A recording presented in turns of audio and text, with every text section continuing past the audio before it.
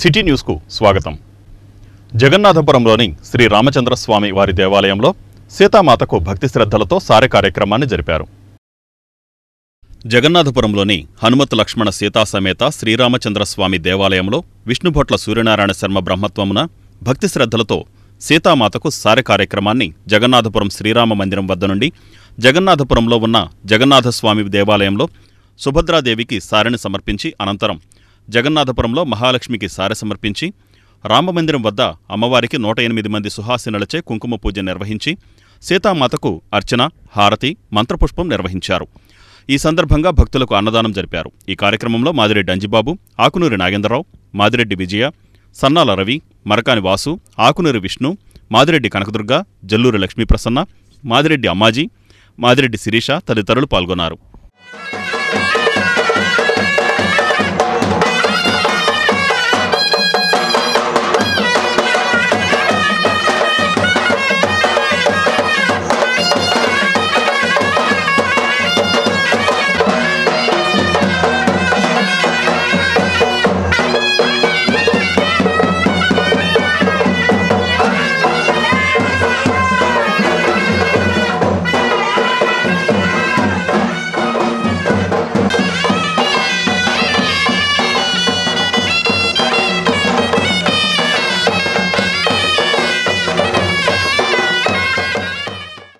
మన మచిలీపట్నం జగన్నాథపురంలో వేంచేసి ఉన్న శ్రీ హనుమత్ లక్ష్మణ సీతా సమేత శ్రీరామచంద్రస్వామి దేవాలయంలో ఆషాఢమాసం సందర్భంగా బ్రహ్మశ్రీ విష్ణుభట్ల సూర్యనారాయణ శర్మ ఘనాపాటి గారి ఆధ్వర్యంలో సీతామాత సారె అనే కార్యక్రమాన్ని చేపట్టడం జరిగింది.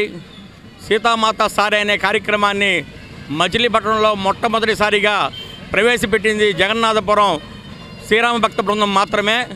మరి వాళ్ళ అన్ని దేవాలయాల్లో కూడా ఇటువంటి సారె కార్యక్రమాలు చేయడం మాకు నిజంగా చాలా సంతోషంగా ఉంది. భక్తి అనేది ప్రతి ఒక్కరు కూడా ఆ ఆనందాన్ని పొందాలి. అలాగే ఈ జగన్నాథపురంలో ఈ సారె కార్యక్రమాన్ని మరి రామాలయం వద్ద నుంచి బయలుదేరి మన జగన్నాథపురంలో ఉన్న జగన్నాథ స్వామి వారి ఆలయంలో ఉన్న సుభద్రాదేవికి సారెని సమర్పించి తదనంతరం మన జగన్నాథపురంలో ఉన్న మాసం సందర్భంగా మా మహిళా మాతలందరికీ కూడా అష్టైశ్వర్యాలు, ఆయురారోగ్యాలు, సుఖ సంతోషాలు, సౌభాగ్యాలు ఇచ్చే మహాతల్లికి లోకజనన్ పావనికి ఆషాఢ మాసి సమర్పించుకుంటాం మా అదృష్టంగా భావిస్తున్నాము. మా మహిళా మాతలందరూ చాలా పసుపు కుంకాలు చల్లగా ఉండాలని ఈ ఆషాఢ మాస సందర్భంగా ఆషాఢ సమర్పిస్తున్నాము. సీతామాతకి జగన్నాథపురంలో వేంచేసిన సుభద్ర బలరామ సహిత జగన్నాథ స్వామికి, సుభద్రాదేవికి, మహాలక్ష్మి తల్లికి కూడా సారె సమర్పించడం జరుగుతుంది. ఇటువంటి కార్యక్రమం మొట్టమొదటిగా మా జగన్నాథపురంలో వేంచేసి ఉన్న హనుమత్ సీత భర్త లక్ష్మణ శత్రుఘ్న సమేత శ్రీ రామచంద్రమూర్తి దేవాలయంలో వేచి ఉన్న సీత హనుమత్ సమేత రామచంద్ర ఆలయం నందు ఆషాఢ మాసం సందర్భంగా ఆ రామాలయం దగ్గర నుంచి మహిళామూర్తులు అందరూ ఆషాఢం సందర్భంగా జగన్నాథ స్వామి మునిజన సంగుడిలో సుభద్రాదేవికి, అలాగే మహాలక్ష్మమ్మ తల్లికి సీతా సారె కార్యక్రమానికి పెద్ద ఎత్తున వచ్చిన మహిళలందరికీ, అలాగే ఈ ఆషాఢ మాస సందర్భంగా ఈ సుభద్రమ్మ తల్లి అలాగే మహాలక్ష్మమ్మ వారు 45వ డివిజన్లో టీడీపీ, జనసేన నాయకులు కల్వర్టుకు అప్రోచ్ ఏర్పాటు చేసి వితరణ చాటుకున్నారు. 45వ డివిజన్లో జనసేన, టీడీపీ నాయకులు కల్వర్టుకు అప్రోచ్ ఏర్పాటు చేసి వితరణ చాటుకున్నారు. ఎన్నికల సమయంలో ఇచ్చిన హామీ మేరకు 45వ డివిజన్ పరిధిలోని బలరామునిపేటలో ఒక కల్వర్టుకు అప్రోచ్ ఏర్పాటు చేశారు. ఈ ప్రాంతంలో కల్వర్టుకు అప్రోచ్ ఏర్పాటు చేయకపోవడంతో రాకపోకలకు ఇబ్బందులు ఏర్పడుతున్నాయని ఎన్నికల సమయంలో స్థానికులు టీడీపీ, జనసేన నాయకుల దృష్టికి తెచ్చారు. కూటమి ప్రభుత్వం ఏర్పడడంతో అదే ప్రాంతానికి చెందిన చలమలశెట్టి రమేష్, భాస్కర్లు అప్రోచ్ ఏర్పాటు చేశారు. ఈ కార్యక్రమంలో జనసేన ఇన్ఛార్జి బండి రామకృష్ణ, గడ్డం రాజు, టీడీపీ, జనసేన శ్రేణులు పాల్గొన్నారు. 43వ డివిజన్లో మన ఎలక్షన్లో మరి క్యాంపెయినింగ్ కార్యక్రమంలో తిరుగుతూ ఉన్నప్పుడు రవి గారి దృష్టికి ఇక్కడ ఉన్నటువంటి 43వ డివిజన్ గణేష్ గారు, అలాగే అక్కిశెట్టి ఉదయ్ గారు, మన చలమలశెట్టి రమేష్ గారు, వాళ్ళ అన్నయ్య గారు, వీళ్ళందరూ కూడా సీను గారు, వీళ్ళందరూ కూడా ఆ రోజున మేము అర్జెంటుగా మున్సిపాలిటీ అంటే చిన్న లేట్ అవుద్దని చెప్పేసి చేస్తామన్నారు. ఇచ్చిన మాట నిలబెట్టుకున్నట్టుగా ఈ రోజున మరి ఇక్కడ ర్యాంపు ఇటుపక్కన అటుపక్కన కూడా వేస్తున్నారు. ఎందుకంటే ప్రతి చిన్నదానికి ప్రభుత్వమే కాదు, ప్రజలకు కూడా బాధ్యత ఉందని మన వాళ్ళు నిరూపించారు. జనసేన తెలుగుదేశం పార్టీ జేబులో డబ్బులు తీసి ఖర్చు పెడుతున్నారు. ఇవాళ నాకు తెలిసి 10-15 వేలు అవుద్ది. ఇవాళ 10-15 వేల రూపాయలు ఖర్చు పెట్టి ర్యాంప్ వేపిస్తున్నప్పుడు, ఎందుకంటే మన పేట, మన ఊరు, మన దేశం, మనం బాధ్యతగా ఉండాలని ప్రతి ఒక్కళ్ళు కూడా చిన్న చిన్న బాగు చేయించుకోండి, కాలువలు బాగు చేయించుకోండి. ఇంటి ముందు లక్షలు పెట్టి ఇల్లు కడతారు, కాలువ కట్టరు.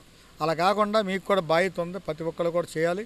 మీకు మేము తోడుంటాం, మాకు మీరు తోడుండాలని కోరుకుంటున్నాం. ఈరోజు మచిలీపట్నం నగరపాలక సంస్థ పరిధిలోని 43వ డివిజన్లో శ్రీ అక్కిశెట్టి ఉదయ్ గారు, శ్రీ చలమశెట్టి శ్రీనివాసరావు గారు గతంలో జరిగిన ఎన్నికల్లో మరి కొల్లు రవీంద్ర గారి గెలుపు కోసం, పార్లమెంట్ సభ్యులైన వల్లభనేని బాలశౌరి గారి గెలుపు కోసం ఇక్కడంతా కూడా వారు కృషి చేయడం జరిగింది. అందులో భాగంగా ఈ పేటలో నివాసం ఉంటున్న వారికి వీరు వాగ్దానం చేశారు.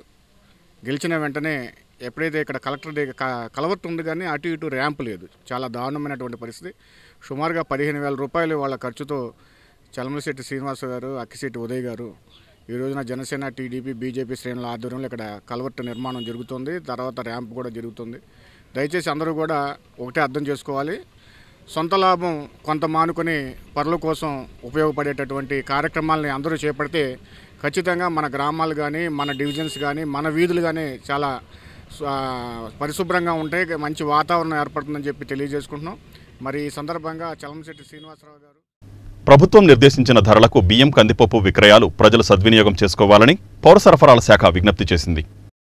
ప్రభుత్వం నిర్దేశించిన ధరలకు బియ్యం, కందిపప్పు విక్రయాలు ప్రజలు సద్వినియోగం చేసుకోవాలని పౌర సరఫరాల శాఖ విజ్ఞప్తి చేసింది. రైతు బజార్లతో సహా షాపింగ్ మాల్స్లో ఈ విక్రయాలు జరుగుతున్న నేపథ్యంలో డీమార్ట్, ఎస్మార్ట్ మరియు రిలయన్స్ మార్టులలో బియ్యం, కందిపప్పు విక్రయాలను అధికారులు పరిశీలించారు. తూనికలు, కొలతల శాఖ, పౌర సరఫరాల శాఖ మరియు వినియోగదారుల హక్కుల వేదిక సంయుక్త ఆధ్వర్యంలో ఈ సందర్భంగా తనిఖీలు జరిపారు. సోనా మసూరి బియ్యం కేజీ 48-49 రూపాయల చొప్పున, కందిపప్పు కేజీ 160 రూపాయల చొప్పున విక్రయిస్తున్నట్లు వారు తెలిపారు. మార్కెట్ ధరల కంటే తక్కువ ధరకు నాణ్యమైన బియ్యం, కందిపప్పు విక్రయ కౌంటర్లను ప్రజలు సద్వినియోగం చేసుకోవాలని వారు విజ్ఞప్తి చేశారు. ఈ కార్యక్రమంలో తూనికలు, కొలతల శాఖ ఇన్స్పెక్టర్ ఈశ్వర్రావు, వినియోగదారుల హక్కుల వేదిక అధ్యక్షుడు వేము కోటేశ్వరరావు తదితరులు పాల్గొన్నారు. కృష్ణా జిల్లా వినియోగదారుల సంఘం మరియు కృష్ణా జిల్లా పౌర సరఫరాల శాఖ మరియు తూనికలు, కొలతల శాఖ ఇన్స్పెక్టర్ గారు ఈశ్వరరావు గారి ఆధ్వర్యంలో ఈ స్మార్ట్ బజార్ని ఇది చేయబడింది. కూటమి ప్రభుత్వం వచ్చిన తర్వాత ప్రజలకి నిత్యావసర ధరలు బాగా పెరిగిపోయినవని, బియ్యము, కందిపప్పు కనీస ధరలకి అందరికీ అందించాలనే సదుద్దేశంతో మంచి మేలు రకమైన కందిపప్పు 160 రూపాయలకి కేజీ, అలాగే బియ్యము సన్న రకాలు సోనా మసూరి 49 రూపాయలు, పచ్చి బియ్యము 48 రూపాయలు. ఈ 2 రకాల బియ్యాన్ని కూడా ఇలా స్వచ్ఛంద రైతు బజార్లలోనూ, అలాగే పెద్ద ఇలా డిమార్టు, రిలయన్స్, ఎస్మార్టు ఇలాంటి సంస్థాగత షోరూంలో కూడా, రిటైల్ షాపుల్లో కూడా అమ్మాలని చెప్పేసి ప్రభుత్వ ఆదేశాలు ఉంది. ఆ ఆదేశాలను ఎంతవరకు అమలు పరుస్తున్నారని చెప్పి ఈ రోజున ఇన్స్పెక్షన్ చేయడానికి మరి ఈశ్వరరావు గారు వచ్చారు. అలాగే సివిల్ సప్లైస్ నుంచి లీగల్ మెట్రాలజీ ఇన్స్పెక్టర్ అండి, మచిలీపట్నం డివిజన్. మన పౌర సరఫరాల శాఖ మినిస్టర్ గారు, సివిల్ సప్లైస్ కమిషనర్ గారు ఉత్తర్వుల మేరకు ఈ కందిపప్పు 160 రూపీస్ అండి, 2 టైప్ ఆఫ్ రైసు 48-49, ఇవన్నీ కూడా ప్రజలందరూ వినియోగించుకొని తీసుకోవాలని కోరబడినది. మన వేము కోటేశ్వరరావు గారు కూడా ఈరోజు వచ్చి వారు కూడా చూశారు. అలాగే మన సివిల్ సప్లైస్ టెక్నికల్ అసిస్టెంట్ గారు వారు కూడా వచ్చి ఈ టెస్టింగ్ అదే చూసుకున్నారండి, క్వాలిటీ చెక్ కూడా చేస్తున్నారండి. అంతా వాళ్ళు పెడన విజయానంద డిగ్రీ కళాశాలలో ఏర్పాటు చేసిన జాబ్ మేళాకు నిరుద్యోగ యువతీ యువకుల నుండి విశేష స్పందన లభించింది. పెడన విజయానంద డిగ్రీ కళాశాలలో జరిగిన జాబ్ మేళాకు నిరుద్యోగ యువతీ యువకులు పెద్ద ఎత్తున తరలివచ్చారు. పట్టణంలోని విజయానంద డిగ్రీ కళాశాలలో ఆ కళాశాల ఆధ్వర్యంలో జాబ్ మేళా నిర్వహించారు. ఇంటర్, డిగ్రీ చదివిన సుమారు 500 మంది నిరుద్యోగ యువతీ యువకులు పాల్గొన్నారు. ఈ జాబ్ మేళాలో 10 కంపెనీలకు చెందిన ప్రతినిధులు ఇంటర్వ్యూలు నిర్వహించారు. కంపెనీ ఉంది, ఎన్ఐటి వాళ్ళు దీనికి ట్రైనింగ్ అండ్ ప్లేస్మెంట్ ఇస్తున్నారు. సో ఎవరైతే 25 సంవత్సరాల లోపు మెయిల్ ఆర్ ఫీమేల్ ఎవరైతే ఉన్నారో వాళ్ళందరూ కూడా దీనికి ఎలిజిబుల్లే. దీనికి మినిమం డిగ్రీ క్వాలిఫికేషన్ ఉండాలి, 10th ఇంటర్ డిగ్రీ కూడా 60 above % అయ్యి. సో వీరికి రిలేషన్షిప్ మేనేజర్స్గా దీంట్లో మనకి పొజిషన్స్ ఇస్తాము. పాన్ ఇండియాలో ఎక్కడైనా మీరు వర్క్ చేయాల్సి ఉంటుంది. మినిమం శాలరీ 25,000 నుంచి స్టార్ట్ అవుతుంది. సో తర్వాత మనకి అరవిందో ఫార్మా ఫార్మాసిటికల్ కంపెనీ ఉంది, దీంట్లో ఓన్లీ ఫర్ మెయిల్ క్యాండిడేట్స్ తీసుకుంటాము. ఐటీఐ చదువుకున్న వాళ్ళు కానీ, ఐటీ ఫిట్టర్ ఎలక్ట్రీషియన్ కానీ, లేదా బీఎస్సీ కెమిస్ట్రీ బ్యాక్గ్రౌండ్ ఉన్న వాళ్ళని కానీ దీంట్లో తీసుకుంటాము. మినిమం శాలరీ 15,000 to 20,000 వరకు ఉంటుంది. కాకినాడ ఉప్పాడ లొకేషన్లో ఈ యొక్క జాబ్ అనేది ఉంటుంది. తర్వాత హోండా మూవీస్ అనే కంపెనీ, ఇది మనకు అనంతపురం కియా రిలేటెడ్ కంపెనీలో వీళ్ళు వర్క్ చేస్తారు. వాళ్ళు minimum intermediate or ITI or any degree qualification ఉన్న వాళ్ళు, మినిమం 23 years లోపు ఉన్న వాళ్ళకి 15,000 శాలరీ అనేది కంపెనీ ప్రొవైడ్ చేస్తుంది. తర్వాత తిరుపతిలో డిక్సాన్ అనే కంపెనీ ఉంది. ఇక్కడ కెమెరాస్ అన్ని తయారవుతాయి. దీంట్లో కూడా మనకు మినిమం ఎస్ఎస్సి నుండి మినిమం ఇంటర్ క్వాలిఫికేషన్ నుండి మెయిల్ ఆర్ ఫీమేల్ ఎవరినైనా తిరుపతి లొకేషన్లో టెక్నీషియన్గా తీసుకుంటాము. మెయిల్ ఆర్ ఫీమేల్ వీళ్ళకి 13,000 to 15,000 వరకు శాలరీ అనేది ఉంటుంది. సో తర్వాత రాక్ మ్యాన్ అనే కంపెనీ ఉంది. దీంట్లో only for male candidates. So ఈ రాక్ మ్యాన్ అనే కంపెనీలో మనకి టైర్ వీల్స్ తయారవుతాయి. ఇది కూడా మనకి అంటే ఏ అకాడమిక్ క్వాలిఫికేషన్ ఉన్నటువంటి వాళ్ళకి ఎంత నైపుణ్యం ఉంది అనేది తీయబోతాం. ఇటువంటి పరిస్థితుల్లో మార్కెట్ అవసరాలకి సరిపోయే విధంగా మనం తయారైతే, 10th కావచ్చు, ఇంటర్ కావచ్చు, డిగ్రీ కావచ్చు, బీటెక్ కావచ్చు, డిప్లొమా కావచ్చు, తయారైతే ఎక్కడైనా ఏదో ఒక జాబ్లో మనం సెట్ అవడానికి అవకాశం ఖచ్చితంగా ఉంటుంది. ఒక జాబ్లో సెట్ అయ్యామంటే దాంతోపాటు ఆటోమేటిక్గా దాని నుంచి వచ్చేటువంటి ఎక్స్పీరియన్స్తో అంచెలంచెలుగా ఎదగడానికి మరింత అవకాశం ఉంటుంది. అట్లాంటి సదుద్దేశంతో ఏటా 2-3 డ్రైవ్లు ఈ కాలేజీ పక్షాన కండక్ట్ చేయాలని, ఈ పరిసర ప్రాంతాల్లో ఉండేటువంటి పెడన చుట్టుపక్కల ఉండేటువంటి పరిసర ప్రాంతాల్లో ఉండేటువంటి యువతకి ఉద్యోగ అవకాశాలు కల్పించాలని, మా కళాశాల పక్షాన ఏంటంటే డిగ్రీ కంప్లీట్ అయ్యే లోపలనే చదువుతో పాటుగా ఉద్యోగాన్ని సాధించే దిశగా విద్యార్థులు ప్రయత్నం చేయడానికి మేము ఫస్ట్ సెమ్ నుంచే ప్రయత్నం చేస్తా ఉన్నాం. ఇక్కడ చదువుకునే విద్యార్థులకి ఆ దిశగా కూడా మీరు ఏంటంటే మీ స్కిల్ని అప్డేట్ చేసుకోవడానికి ప్రయత్నం చేస్తారని, ఈ డ్రైవ్లో పాల్గొన్నటువంటి అందరూ కూడా మొవ్వ మండలంలోని ఐనంపూడి వంతెన శిథిలావస్థకు చేరుకోవడంతో స్థానికులు ఆందోళన వ్యక్తం చేస్తున్నారు.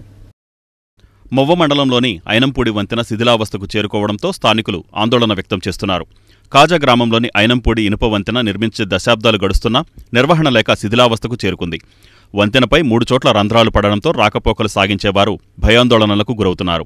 ఈ నేపథ్యంలో సిపిఎం నాయకులు ఈ వంతెన దుస్థితిని తాజాగా పరిశీలించి ఈ వంతెనపై ప్రయాణించడం ప్రమాదకరమని అధికారులు వెంటనే ఐనంపూడి కాలువపై వంతెన నిర్మించాలని డిమాండ్ చేశారు. మొవ్వ మండలం కాజా గ్రామంలో ఉన్న ఐనంపూడి డ్రైన్వే నిర్మించిన ఐరన్ వంతెన చాలా శిథిలావస్థకు చేరింది. ఈ రోజును మా సిపిఎం పార్టీ బృందం పరిశీలించింది. ఎంత అధ్వానంగా ఉందంటే గత 5 సంవత్సరాలుగా పాలకులు కానీ అధికారులు కానీ నిమ్మకు నీరెత్తికి వ్యవహరించారు. బ్రిడ్జి మీద అనేక సార్ల ఐరన్ ప్లేట్లు కూడా ఊడిపోయి రైతులు ప్రమాదాలకు నిలయంగా మారింది. ఆర్టీసీ బస్సు డ్రైవర్ ప్రాణం చేతిలో పెట్టుకుని మరి బ్రిడ్జి దాటే వరకు కూడా అతను వ్యవహరించవలసిన పరిస్థితులు ఉన్నాయి.